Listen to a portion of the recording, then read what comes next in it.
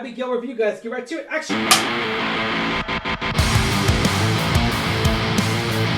What's going on, Alamo City Movie Talk fans? As always, I am your host, Ryan D, aka Ryan680. I'm Angela And this is Alamo City Movie Talk, guys. Thank you so much for making this a part of your day. You know what to do, ladies and gentlemen. Be sure to check out our other videos along with this one. Thank you so much for making this a part of your day. You know what to do. Like, share, subscribe, hit that little bell notification, get notified for our movie reviews in this case, or trailer reactions. We got a lot of stuff, a lot of content, and we always encourage you guys to comment down below. Let us know what you think, because we love talking movies to every single one of you guys, and we all love everyone's different point of views. Something maybe we missed, put it on comments down below, guys, because we love conversating with every single one of you guys. And do not forget to check out on the socials, all social media platforms. Be sure to check this out. Whatever platform you listen to, a podcast or anything like that, be sure to check us out on that as well. But without further ado, what are we talking about today, Angela? So we're going to be reviewing, this is an interesting one, and I'm kind of curious to see how it goes. But today we are reviewing Abigail. Abigail tells of a story of after a group of criminals kidnap the ballerina daughter of a powerful underworld figure. They retreat to an isolated mansion, unaware that they are locked inside and with no normal little girl. We got that pretty much out of the trailer. Yes. And everything. This is actually directed, two directors, of course, was Matt Open, Tyler Gillett. And here's the thing. So this is co-directed by two different actors, but Matt Oakland, he's two different directors. Yeah, two different directors. And Matt Oakland directed the last two Scream movies, directed Ready or Not. Which I love that. I love that movie. That movie is so good. Yeah. I love that movie. We saw that movie at the Draft House, but put that into perspective here. What did you think? What was your take of this movie, knowing that the background, knowing he did the last two Scream movies, which I loved, Scream that came out in 2022. That was really good film. Mm-hmm. Revamped the franchise, changed it up a lot. We got Dennis Quaid's son in there. So what did you what did you think of this movie overall?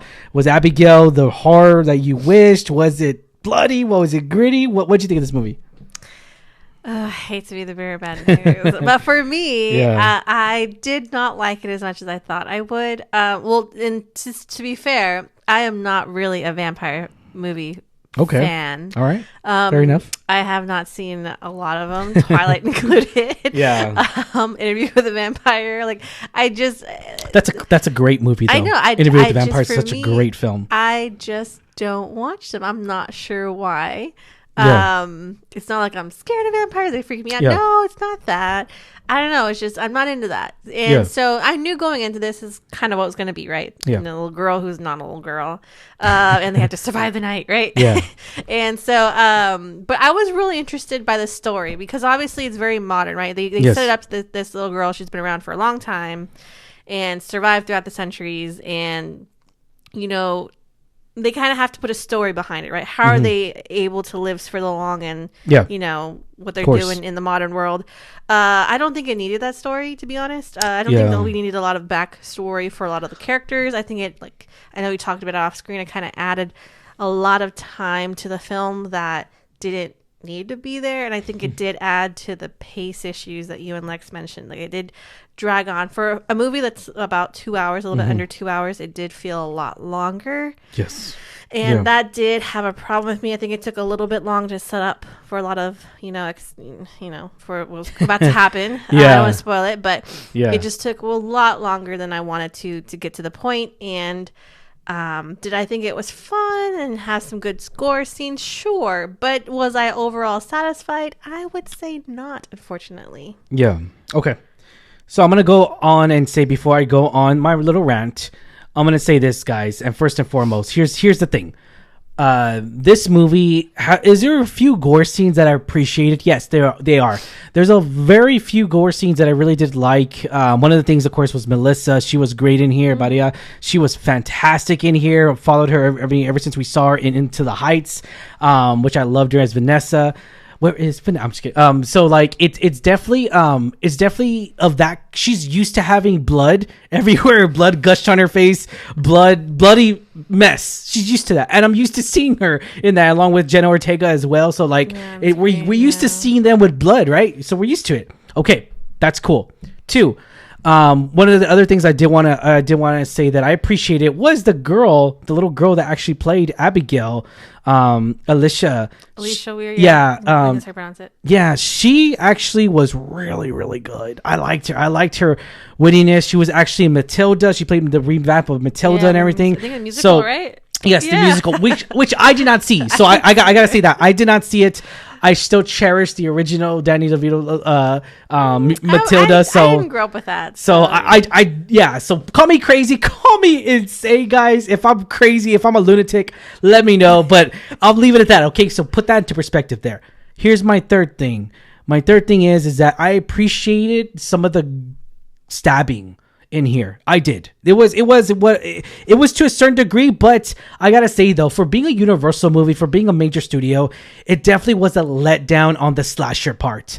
I've seen so many different movies. We've seen so many different films, Shudder movies, that have better gore scenes than this movie did on the horror aspect. Now let me go on. I'm gonna start on this little round again. Call me crazy, guys, but I'm gonna start this. This movie's under horror.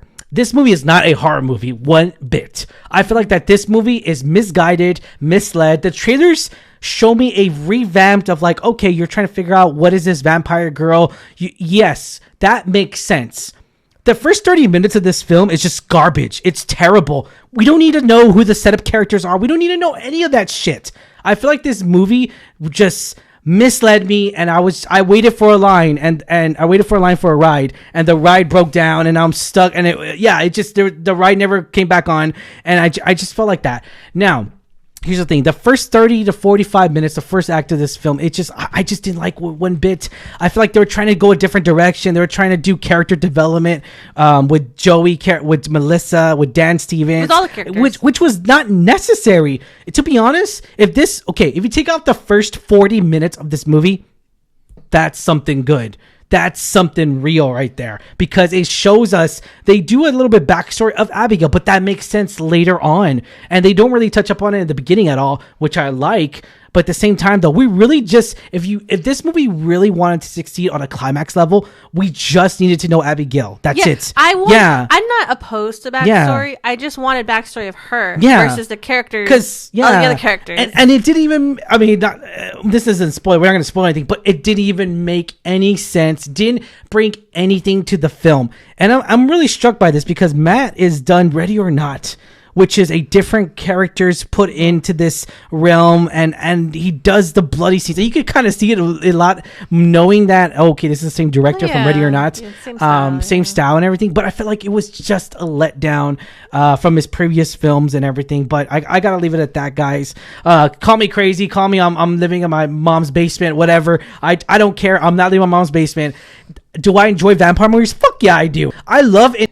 Melissa, whenever there's this chase scene with Melissa, and it gave me goosebumps. And again, this movie wasn't as bad as the other films that we've seen right throughout the year and everything. It's not that terrible of a movie, but there's some things I really did like, ingredients I really did like. One of the things I did like was Melissa.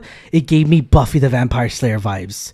And I love that. I was like, okay, I could see her. I mean, that's not the case, right? I'm going to let you know right now. That's not the case. Not the case. Not the point. But I'm just saying, in my point of view, I could see her as the new Buffy. If they were to revamp it and redo it as a movie, Melissa's your girl.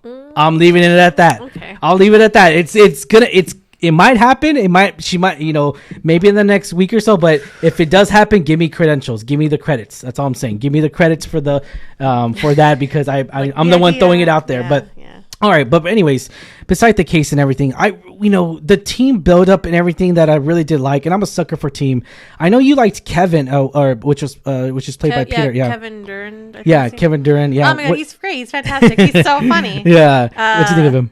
I liked him. I think by far he was like my favorite character besides Catherine Newton. Yeah, and then Angus Cloud. Yeah, obviously Angus Cloud. But I know we talked about it off screen. I didn't like his character. Yeah. could have done so much better. Yes. We've seen him do so much better in Euphoria, and I was just like, okay. But again, call me crazy. It's just our point of view, guys. I mean, put in comments down below. Let us know if you think we're wrong. Let us know, because we love talking movies with every single one of y'all. And I'll leave it at that. But rest in peace, Angus. Yes, rest in peace, Angus. You'll be very much missed. You'll be remembered as Euphoria. You'll be remembered as being the person out there that just really shaped. And in that music video too. Remember that one music video that you which is like so cool and random, but yeah, I love that. But anyways, going back into this film and everything, this movie is an hour and 49 minutes. I thought it was over 2 hours long. Holy crap, this movie took a while to vamp up.